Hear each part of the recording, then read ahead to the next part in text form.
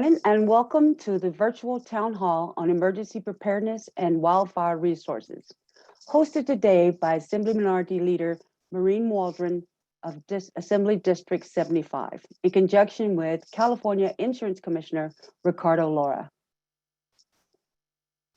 Housekeeping. Recording. Audio and video and chat will be monitored and recorded. This event is being streamed live on Facebook. Audio and video. We respect all participants in this convening today and want to create a safe space for all. By default, all participants will be muted and video is disabled. Video will be on for speakers only. Today's agenda. We'll start off with welcoming remarks from Assembly Minority Leader Maureen Waldron. Next, we'll have a wildfire insurance update and insurance non-renewal resources brought to you by Deputy Insurance Commissioner Tony Signorelli. Next, we'll have emergency preparedness and area high wildfire risk brought to you by Recon Fire Chief Ed Hatfield. And then we'll have Chris Ahrens from SDG&E Meteorology Program. And then we'll finish with a closing with the Assemblywoman. At this time, please welcome Assembly Minority Leader Maureen Waldron.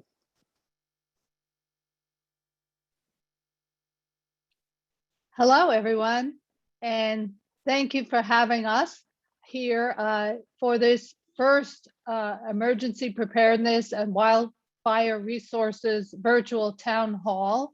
We have a lot to cover, and we'll be trying to go through this fairly quickly with our introductions, as well as answers to many of the questions that our constituents have written in for some answers to. Like so many of my legislative colleagues, my district has been deeply impacted by homeowners insurance availability and affordability crisis caused by California's recent catastrophic wildfires. In fact, my homeowners insurance here in the district has been non-renewed for this year, and I'm working to try to get new insurance coverage.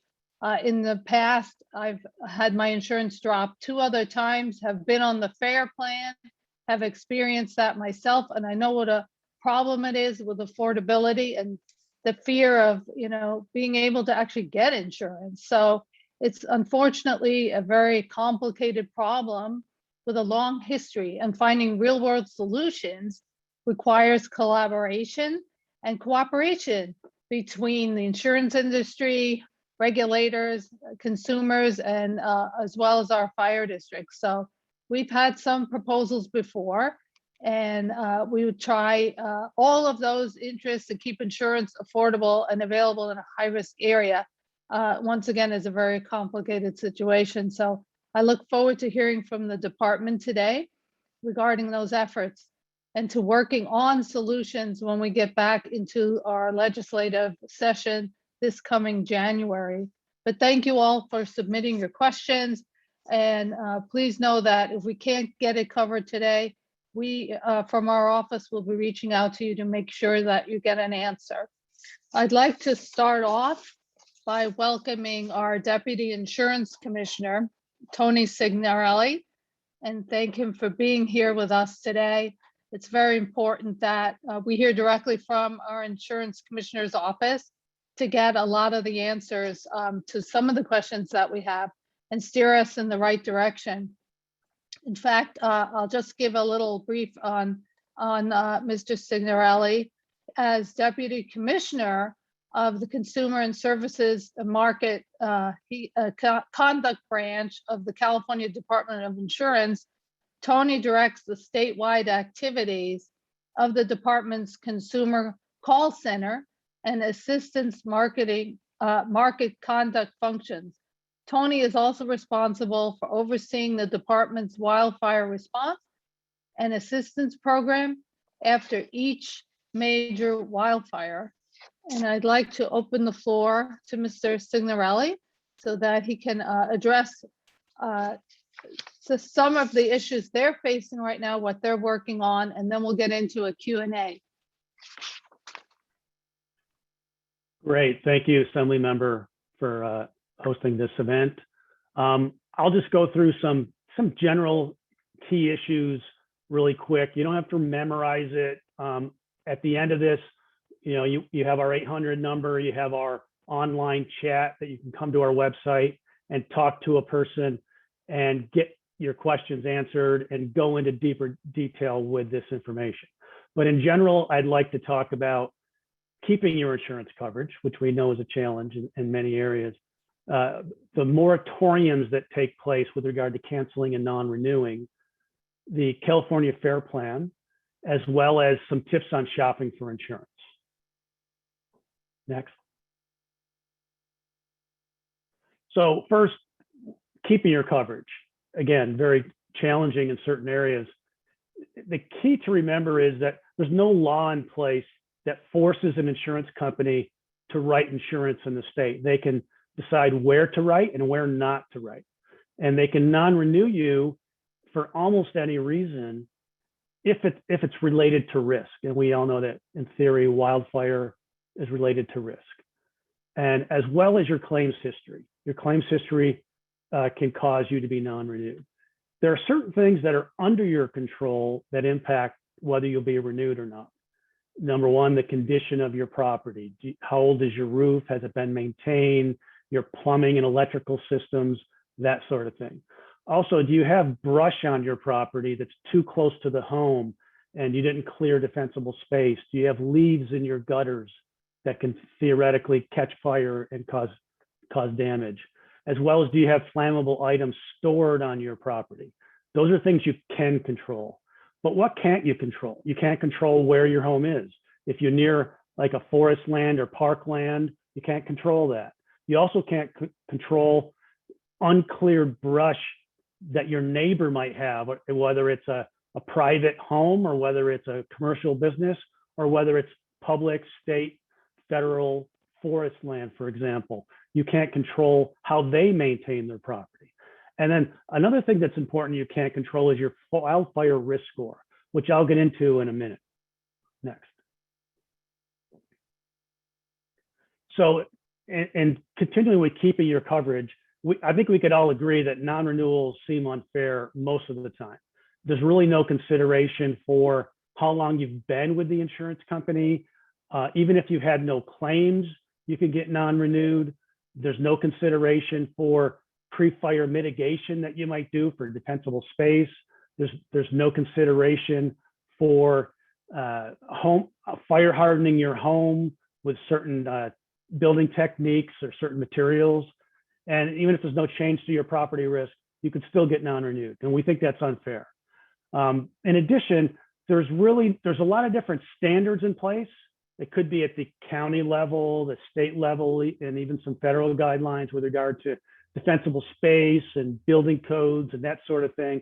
But there's nothing, if you perform all of that, no matter how much you pay to do that, there's no guarantee the insurance company will write you, because those standards and those laws don't also require the insurance company to then write you if you perform those mitigation techniques. Also, homeowners and businesses don't know what their wildfire risk score is and what it's made up of in order to mitigate that score, possibly lowering their score, which could give them greater ability to keep their policy or to have the premium reduced. There is a law that came into effect a couple of years ago. It's a moratorium on canceling and non-renewing your policy.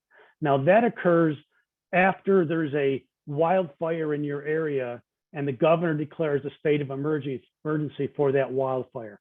All the zip codes around that perimeter and adjacent to that perimeter, all the homeowners policies within that area will get a 1-year moratorium from being canceled or non-renewed.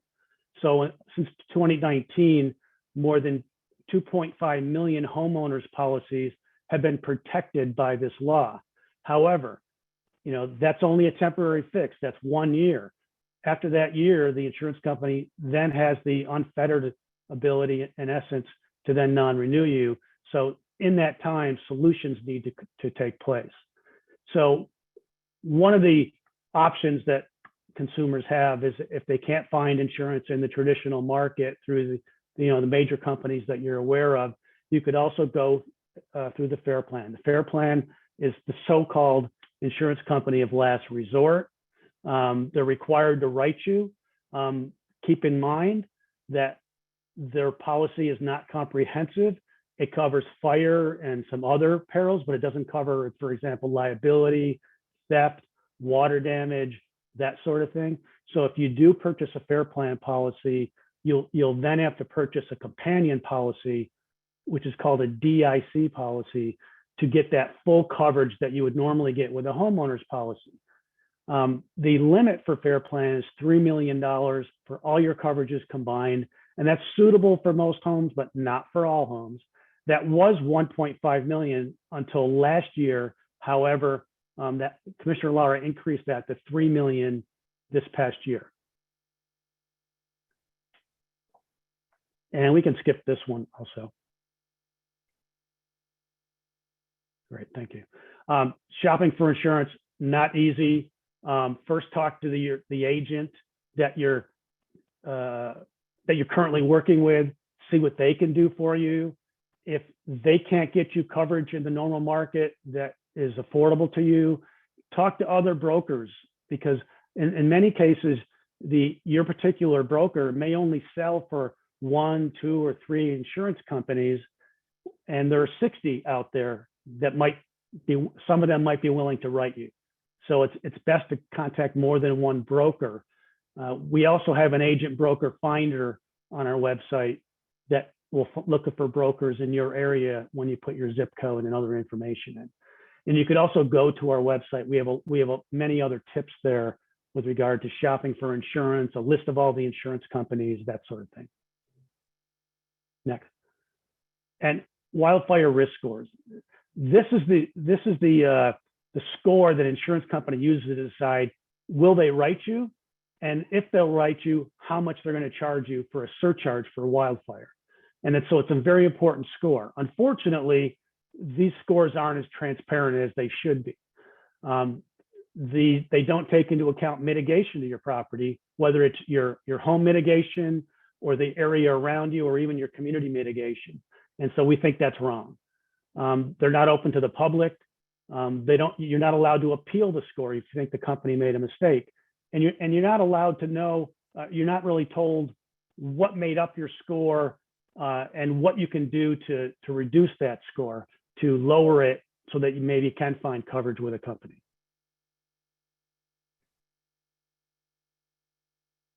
And I'll just end it here and we'll go into Q&A, but just anything we don't cover today, feel free to give us a call at our 800 number, or go online and chat with one of our officers and talk about your specific issue, and we'll see what we can do to help you. And with that, I'm happy to answer questions. So, Mr. Signorelli, a couple of questions were turned in, and I'll try to consolidate a few of them. I think you addressed a lot of it. And so I'll just kick in here. So some folks who are living in the district are concerned. They've lost their fire insurance. They need a plan. What's being done to help residents in fire zones acquire and keep their insurance? So what options do homeowners have when their insurance is dropped? Well, yeah, I mean, that's really the key here. Availability is just a really difficult issue. Again, as I said, insurance companies really have the ability to decide whether they want to write or not write a policy or in a given area. But it depends on the reason why you were dropped. In most cases, for purposes of this discussion, you're being dropped for wildfire risk.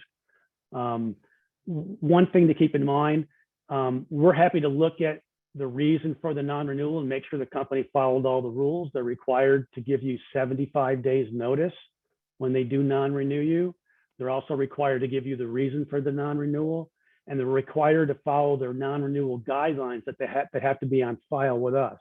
So if the guidelines that they're using to non-renew you weren't on file with us, then we would go back to them and make them renew that policy. So if you would like us to take a look at that, please contact us. And again, I mentioned earlier, on these slides, shop around. Don't just look at one broker or agent. Look at other ones. And then, again, last resort, go to your fair plan. Go to the fair plan that can be purchased through most brokers in the state, and procure the fair plan coverage. If you get fair plan coverage, think of it as a temporary situation where you're going to still look during that entire year for traditional coverage. In addition, a new law went into effect in July of this year called the clearinghouse.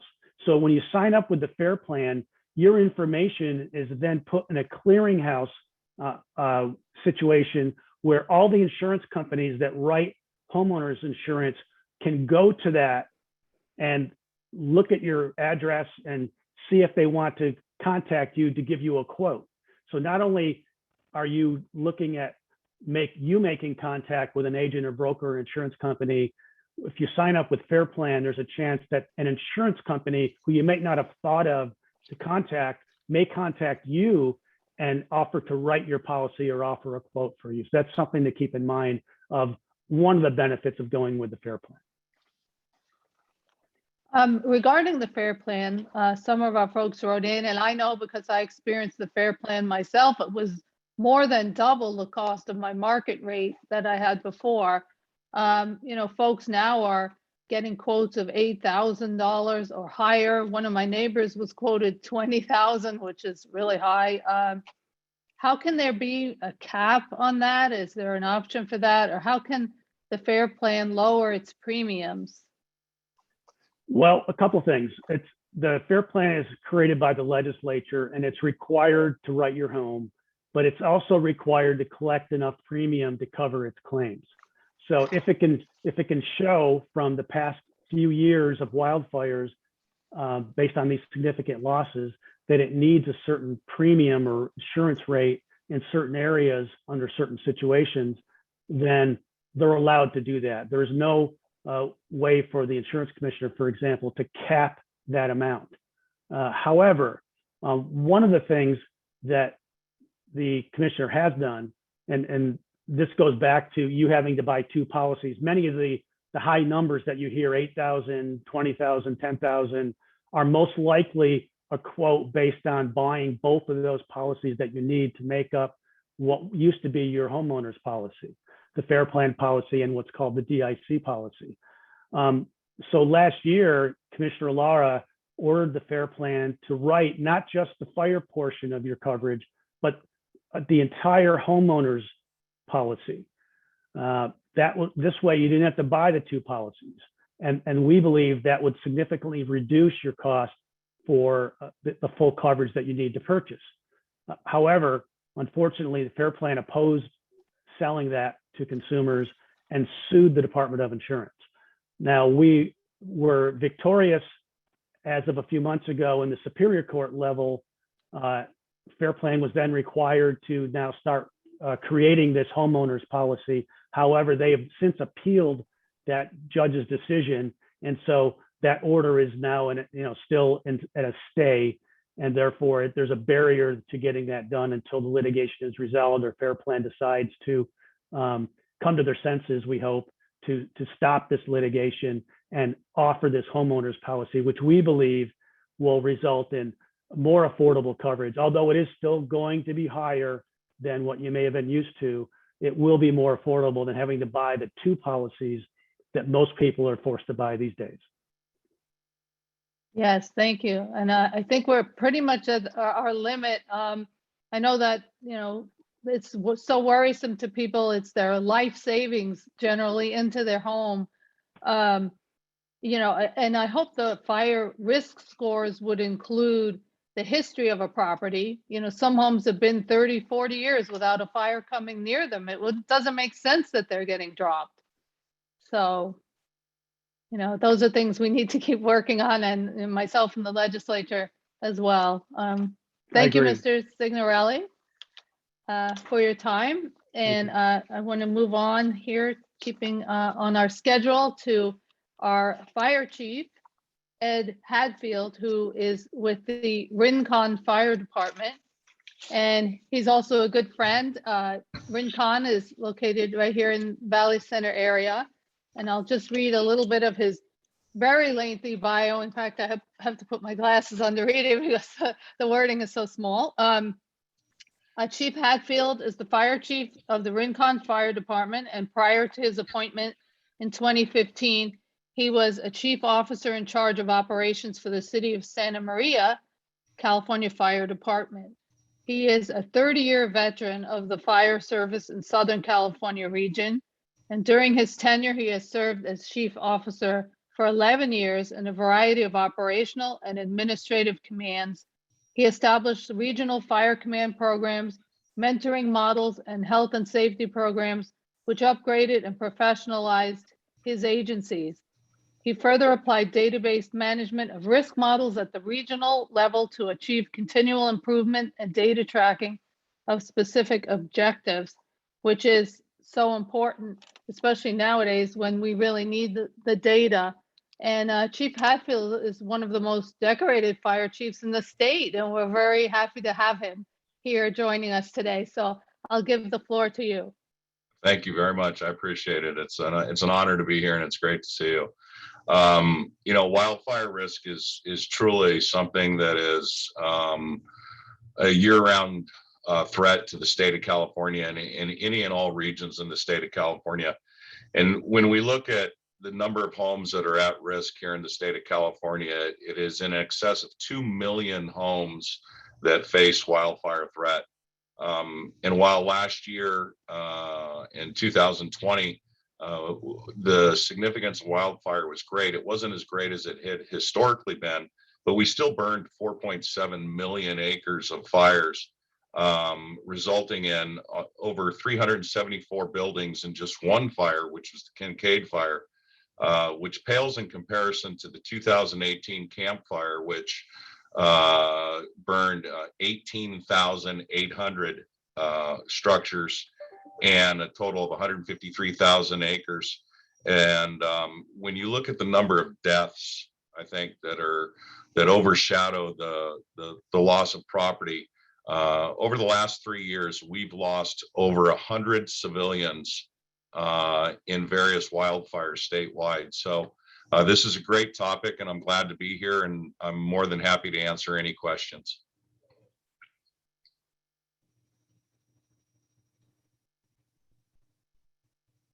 I think somebody was supposed to ask me questions. Okay.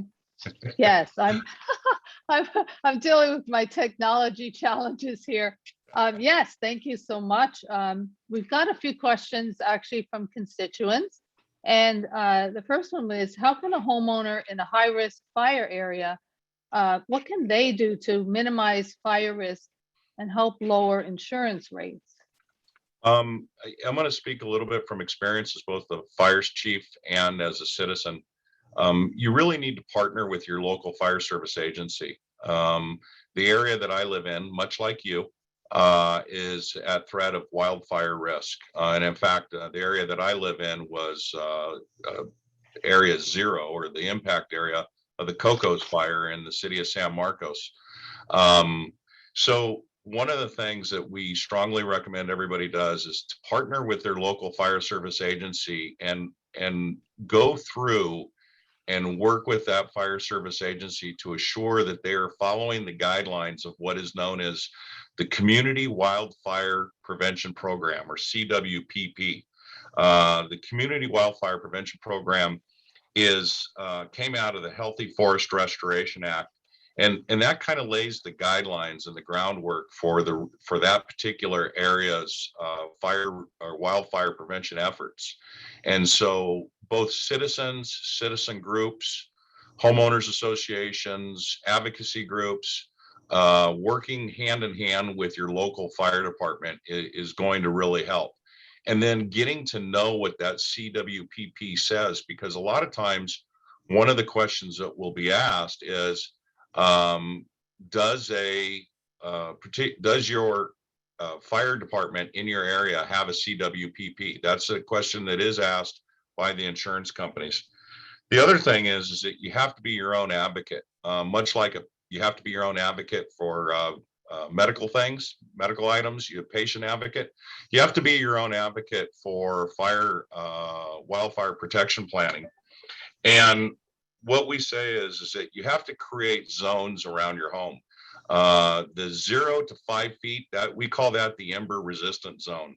And in the ember resistant zone, you want to eliminate any direct hazards from embers that could start fires in and around your home, that could spread into your home, particularly into your attic space and that. And, there's just a couple of things that you could do, like putting hardscape pavers around your house as opposed to putting bark, removing dead or dying plants, low-lying vegetation, tree limbs within 10 feet of a structure, relocating lumber to outside the ember resistant zone. And then what we take is that 0 to 5 feet ember resistant zone, and we take it and we expand it from 5 feet to 30 feet. And that, we call that zone 1. And in zone 1, we're removing all dead plants, grass, vegetation down to mineral earth. We're taking it down to mineral earth to 4 inches. Really, 4 inches will keep the dust down, but will reduce the fire spread. Keeping trees pruned up from the ground up about 7 feet off the ground. So in case there is a running grass fire, the fires don't ladder fuel into the bigger vegetation and spread through that bigger vegetation.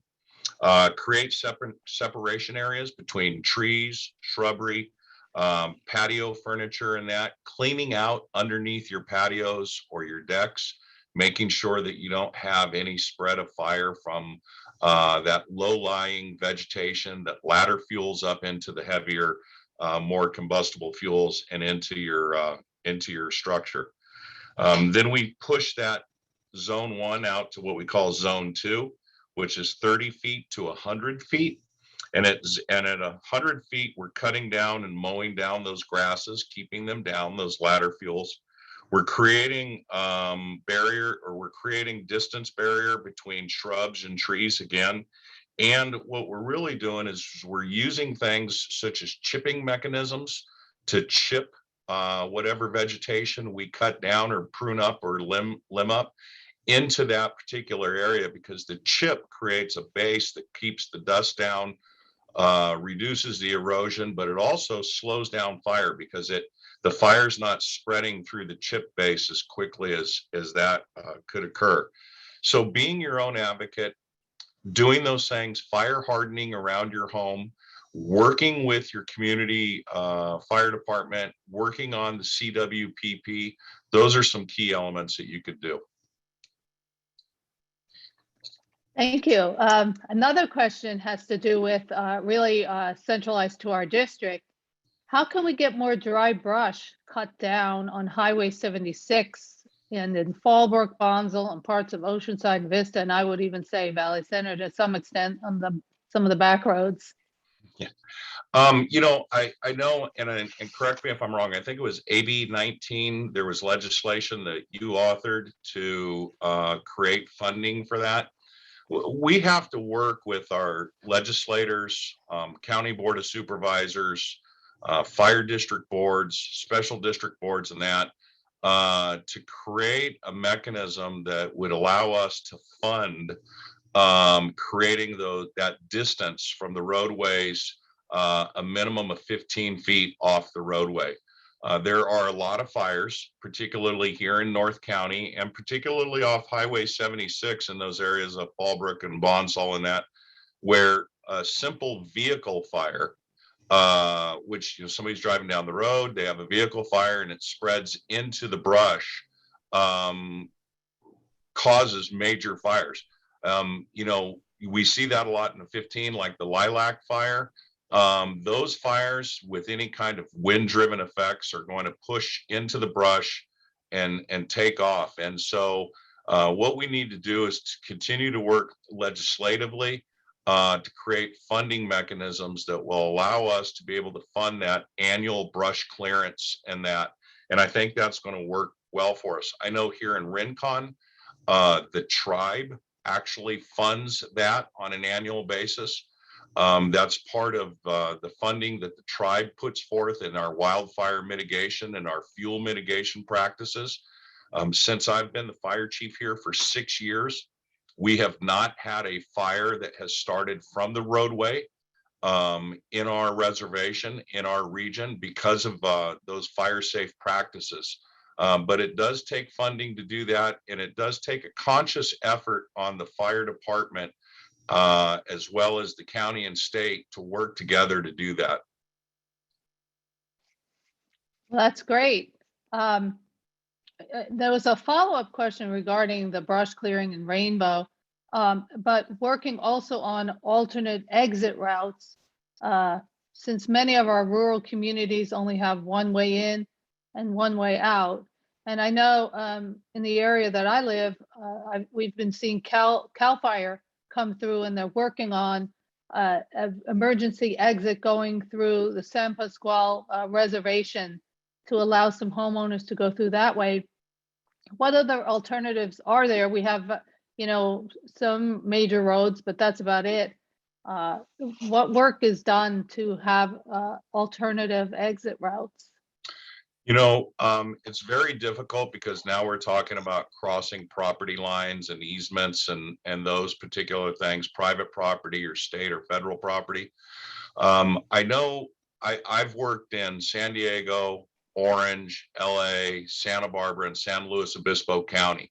And I've been a chief officer in 4 of the 5 of those counties. And I will tell you that in San Diego County, we have a very robust evacuation and emergency exiting process and plan where we work directly with law enforcement at the incident command post. And we have pre-designated escape routes and planning routes to get people out of areas in the event of wildfire. What works well for us is that we utilize our local law enforcement, and our San Diego County sheriff deputies are amazing people to work with. They regularly train on getting large numbers of people to exit and egress out of an area by creating those exit corridors into what we call safe area zones. And so when we have a fire, I'll say particularly in Valley Center, a sheriff supervisor responds. They work with the operations chief in charge of the fire to create those exit or evacuation routes. We utilize a reverse 911 or Alert San Diego or the IPAWS system to alert and notify people.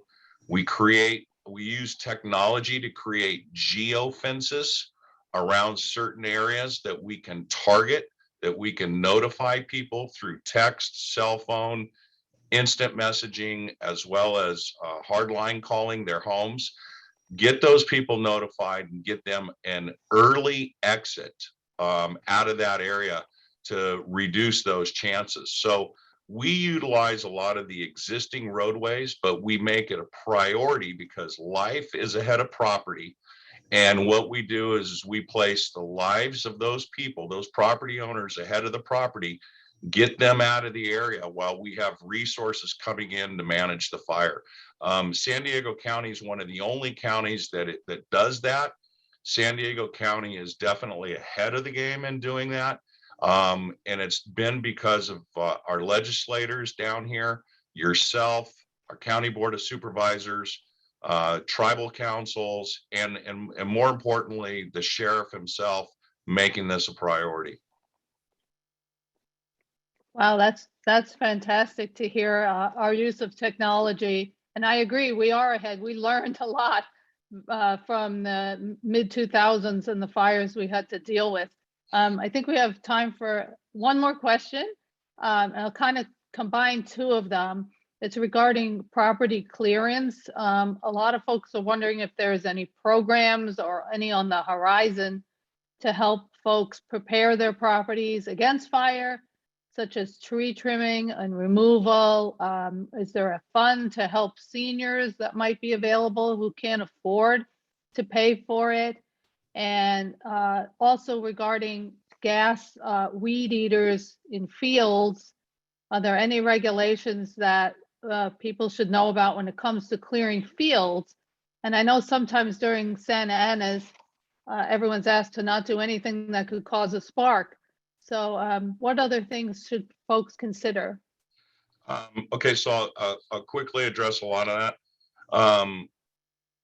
Citizens need to work with their fire departments and in particular work with what are called fire safe councils.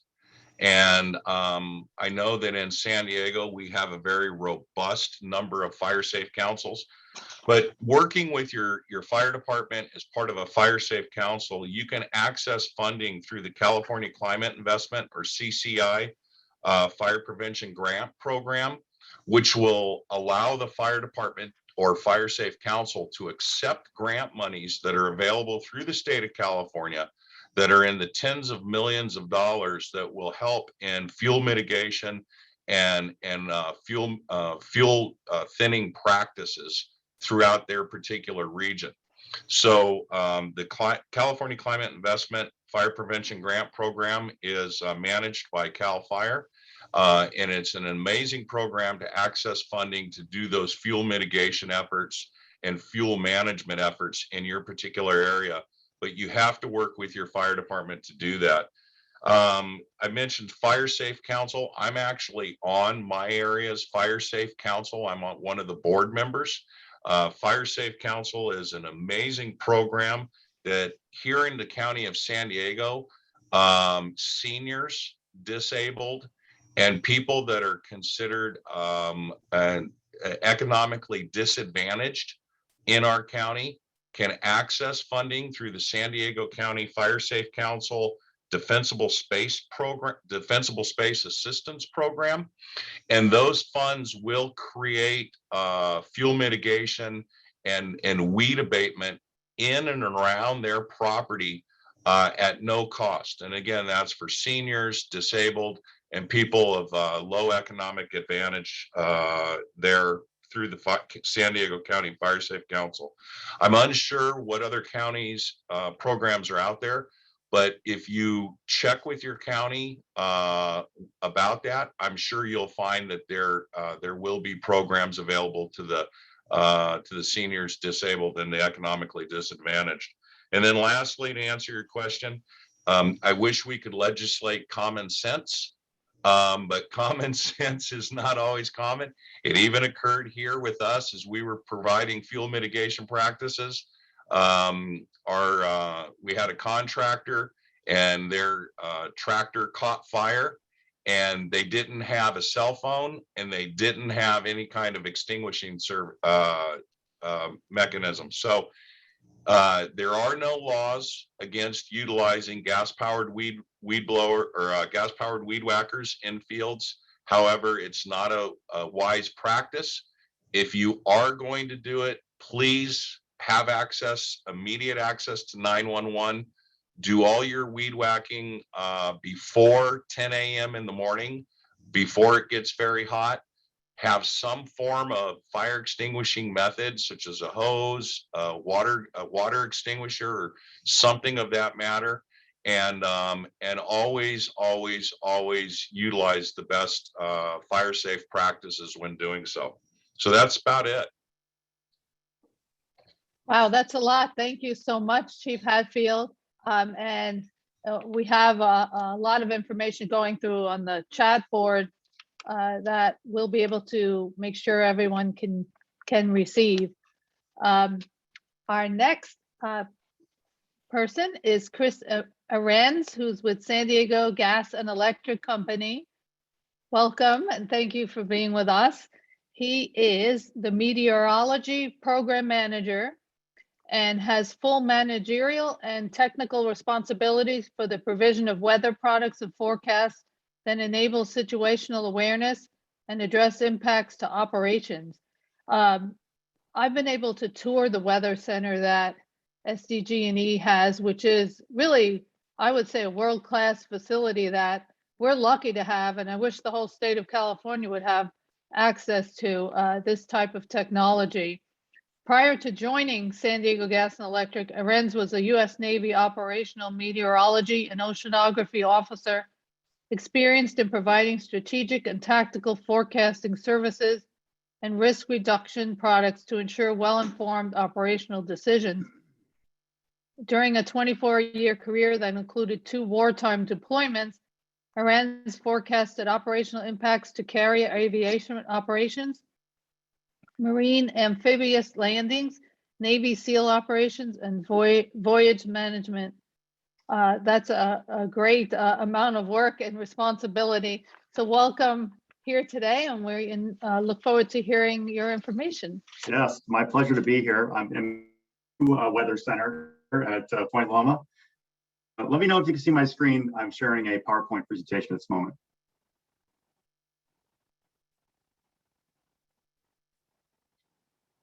Is my screen available for viewing? Yes. Okay, great, thank you. Okay, I'll start off by saying we have 6 meteorologists at SDG&E, and our main function, not only is to look at all weather, but we're really focused on fire weather more than anything else. And with that, I'm going to talk about 2 things. I'm going to talk about how we forecast dangerous fire weather conditions, and what do we do once we do have an ignition on the landscape? How do we help in that respect as well? Up first is how do we understand and forecast for dangerous fire weather conditions in San Diego? Well, first and foremost, we collect a lot of data. We collect about 30,000 meteorological observations per day: wind speed, wind gusts, wind direction, temperature, humidity, from 221 weather stations throughout the county, reporting every 10 minutes. And it's key to have these weather stations positioned with the circuits that we operate the power through on the grid. So every weather station really tells us the weather on a specific circuit operating in San Diego County. And so this is key to really understanding what are the current conditions. So then we'll get into how do we forecast those conditions as well. And just a note, we do make all this information public. If you go to sdgeweather.com, you can see all the reporting stations, and I'll do a quick run through at the end as to our website, a little quick tour, and we'll go through the various pages. I just want to show this graphic. We also can view not only the weather coming in tabular format, we also have the ability to view the weather on a map, various different maps that we use. And one of them is Google Earth. So this is circuit 1030. This is out in Valley Center. This up here in the upper right corner, this is the station Hellhole Canyon, and that's reporting 83 miles an hour during this event. This was a few years ago. And I just want to point out that 1.5 miles away, there's a station reporting 33 miles an hour. So in a 1.5 mile span, we have a 50-mile-an-hour difference in wind speed, and that really tells the story of San Diego County. San Diego County is a very rugged county, and that rugged terrain actually dictates a lot of the ways the wind is going to flow direction-wise and in terms of magnitude. And what we learned when we see things like this, we actually have a lot of lessons learned. And one of the lessons learned here is that if you're living down in this southwest corner of circuit 1030, you may only experience 20 miles an hour of wind. Whereas up in Hellhole Canyon, it's 83 miles an hour, and SDG&E shuts off the power for safety. And this person down here is wondering why the power is off. They don't see the same conditions. So with the data we're collecting, we're actually strategically segmenting our circuits so that when the power is secured up in this area of Hellhole Canyon, it's only secured here. And the circuit is actually cut into segments, and we don't secure the power for everybody, just the ones that are very, very windy. And this is something that's ongoing. As we collect the data, we make these decisions as to where to install these segmented lines. One thing we also learned over the years, and we've been doing this for 10 years now, since 2010, is that a lot of times the reporting data of every 10 minutes isn't enough, because a lot of times when we turn off the power, we base that on a high wind speed, a consistently high wind speed. If during a 10-minute interval of reporting, there's an erroneous reading of a high wind speed, and we turn off the power for that reading, then we're doing a disservice to the community. We really want to see when the winds are really blowing strong. We want to get down to 30-second reads. We want to see, like, is that wind really consistently blowing at a very high magnitude, or is it just that one spike of high winds that happen, and we can actually keep the power on for longer? So my job really is to try and keep the power on as long as possible and as safe as possible before we have to secure for safety. So how do we forecast these dangerous fire conditions? We have 3 supercomputers, and these computers work day and night to understand the environment, forecast not only winds, humidity, temperature, but also they forecast the conditions of the fuels. And that's really important. We had Santa Ana conditions a couple times the past couple weeks, but we didn't do anything. We didn't activate our emergency operations center. We didn't secure any power because the fuels actually are not as critical as they were last year because we had rain a couple times. So these supercomputers actually do all the forecasting for us, and the meteorologists interpret that data and make decisions based on it. One of the advances we made this year was where we have the ability with machine learning to provide a forecast for every single circuit out 72 hours. And this really helps perpetuate the idea of PSPS, public safety power shutoffs. This information goes into our planners, into our dashboards, and helps us understand 72 hours out, which stations do we think are going to be at critical, dangerously critical situation, and or perhaps need to be shut down for safety. So let's talk PSPS briefly.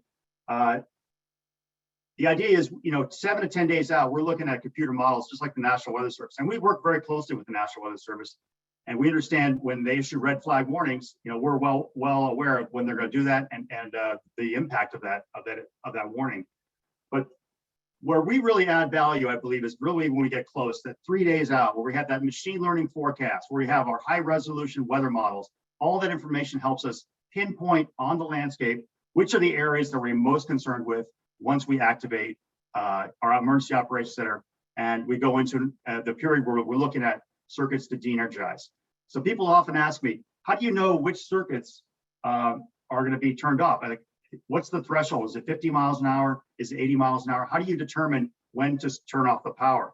And the answer, it relies back in our statistics from high school, right?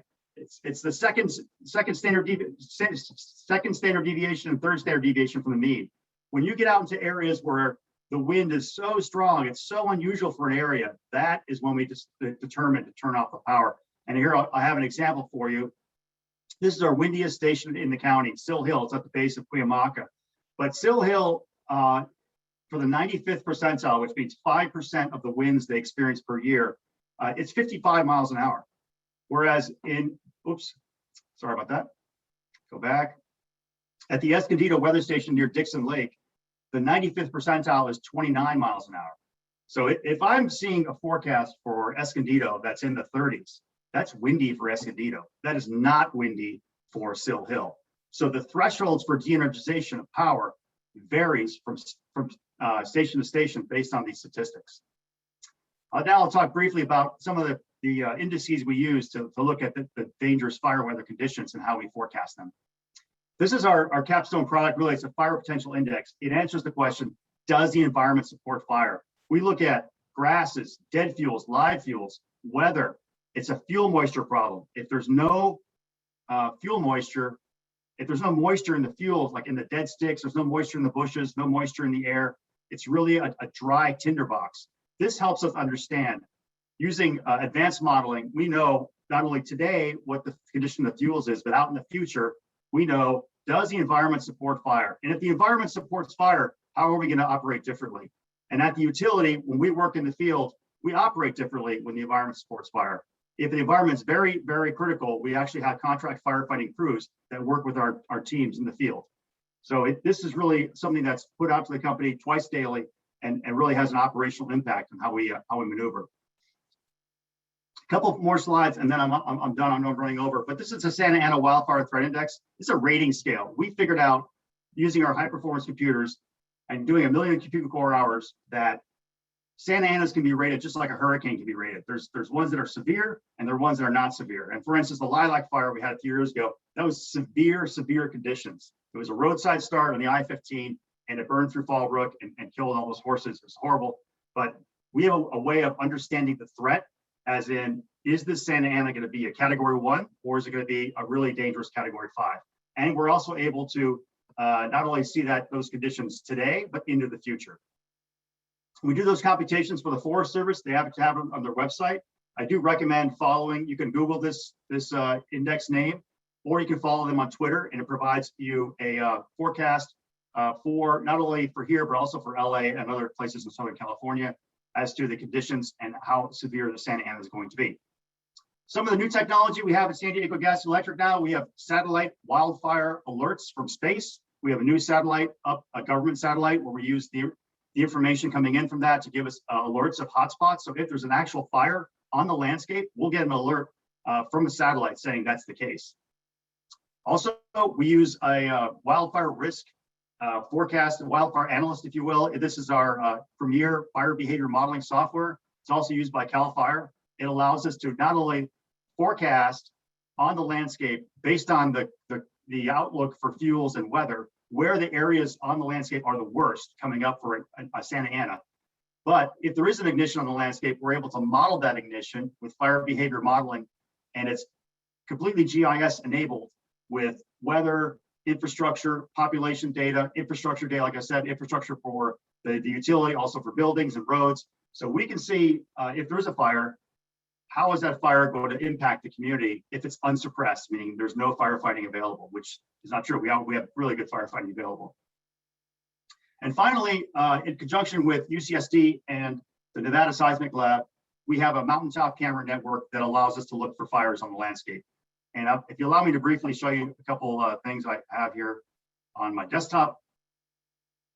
It's called Alert Wildfire. It's over 30 cameras on mountaintops, and they're looking all over the county for fires, which is our biggest concern. And I can take control of any camera, and I can zoom in on areas. I like looking at Mount Woodson Golf Course every now and then, see if people are doing down there. Looks like they're playing golf, but just shows you how incredible these cameras are. 32 pan tilt zoom cameras, and then over 70 static cameras on mountaintops. Allows us to look around and see where the fires are, if there is a fire in the landscape. And finally, we just are testing out artificial intelligence that looks at these feeds and is able to ascertain whether it's a fire in the landscape.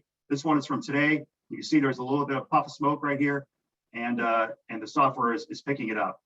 So these are some of the tools we're using right now to really not only forecast the dangerous conditions, but if there is a fire, we can track it very closely and then help, be part of the fight. And I think the thing with fire is it really is, it's a problem that we're all sharing, and we're happy to be part of that solution.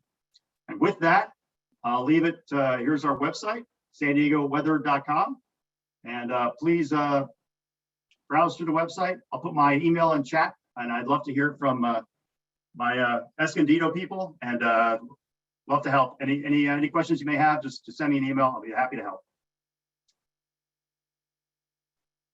Well, thank you, Mr. Arends. That's really informative. And I know when I toured that, it was really scientific, almost space age when you see it in real life. Do you have time for one question I could probably fit in? Yes. And it has to do with the PSPS shutoffs. I know Chief Hatfield indicated how they are able to alert people to evacuations. How is SDG&E getting the information out regarding PSPS? I know I get a text message, sometimes a phone call, and I know that you have a significant list of folks who are on oxygen or other types of medical equipment. Yeah. And how do you deal with that as well? Yeah. We definitely take care of our medical baseline folks. I mean, they're the first top of the list for folks to get the word. We have several means of doing it, a lot of social media, our website, but I think the best for our citizens of San Diego County, the best way to get the information, I don't know if I'm still sharing, but is the app Alerts by SDG&E. It's a new app that we just developed, and it allows you to stay on top of what's going on. We provide all the information about an upcoming PSPS in the app, and it's got almost 5 stars. So it's like 4.5 stars, 38 ratings. It's a free app, and it keeps you. It gives you all the situational awareness of what is happening and what's going to happen. Great, thank you. That's good Yeah, to you know. bet. I'm going to look up that on my phone. It's great. We're coming to a close here of our event, but I wanted to touch base on one question that was for me. I think some of the other questions were actually addressed, but one of them had to do with the fire fee that was charged to all of us here in the backcountry in high fire risk areas, and wondering if we're getting that fire fee returned to us that they felt it was illegally taxed. That was the state responsibility area fire prevention fee, the SRA fee. It was suspended in 2017 as per AB 398, which we all supported in the legislature, suspended until June 30th of 2031. It was about $153 per home. The cost property owners paid about over $435 million in 6 years that it was collected. And what happened from 2017 going forward, the state began using cap and trade funds, greenhouse gas reduction funds, to fund activities that had been funded by this fee. The SRA fee funded things like fuel reduction, projects, evacuation routes, defensible space inspections, fire hazard severity mapping, implementation of state and local fire plans, fire-related law enforcement activities such as arson investigation, etc. There was a lawsuit that challenged the fee as an illegal tax. Unfortunately, that was dismissed, and the courts have never determined that this had been a illegally imposed fee. So there's no court-directed refunds coming to us. But with a projected $31 billion surplus this year in the California state budget, returning to the money to taxpayers is something that I would support. And that's, another thing that we need to be working on as we go into the legislative year. But I want to thank our Deputy Insurance Commissioner, Tony Signorelli, our Fire Chief, Ed Hadfield from Rincon, and Chris Arens from SDG&E for joining us and giving us such a great, informative time here with all of us. And there is the information in the chat, and my office will be happy to address any other questions or get them directed to the right folks. And thank you so much for joining us today. I appreciate the time.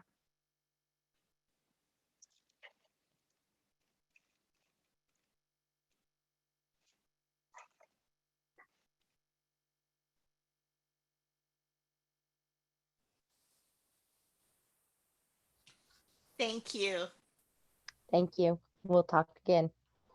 Thank you.